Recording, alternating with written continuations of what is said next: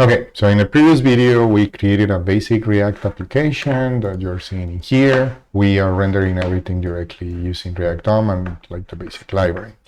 But this is getting too cumbersome. It seems very complicated. So wouldn't it be nice if I could actually go and start writing, instead of writing that thing that we wrote in there, wouldn't it be nice if I could just go and say, hey, can you please return an UL? And then in that L item, I can have like hola John, the first one that we had. And then I could have like hola Alexis, and then just close the UL, right? So if you take a look at that, I could like maybe wrap it into a parenthesis or something like that in there, and then just comment this one out.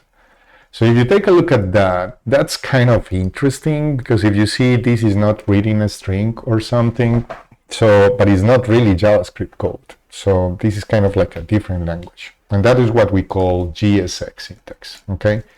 And then the idea is JSX is kind of like an extension of JavaScript that allows us to put HTML code within the JavaScript code.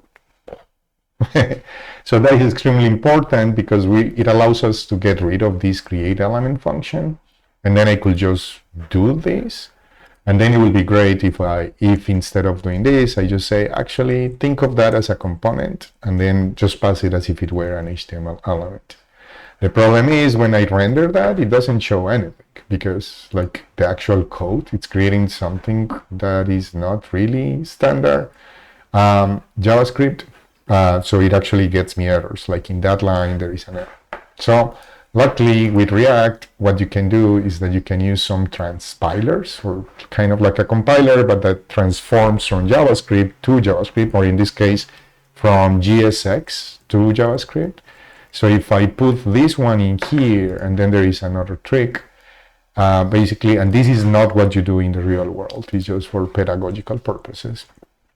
But then I could just go and say, hey, actually this code, this script that I'm putting in there is going to be in the format of Babel. Babel, it's one of the most famous transpilers, and probably is going to be the one that you use in many of the systems. And then it will convert that code into something that is parsable, and now it works again.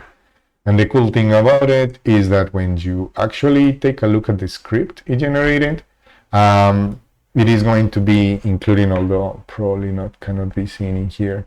But yes, but we can see that in a minute.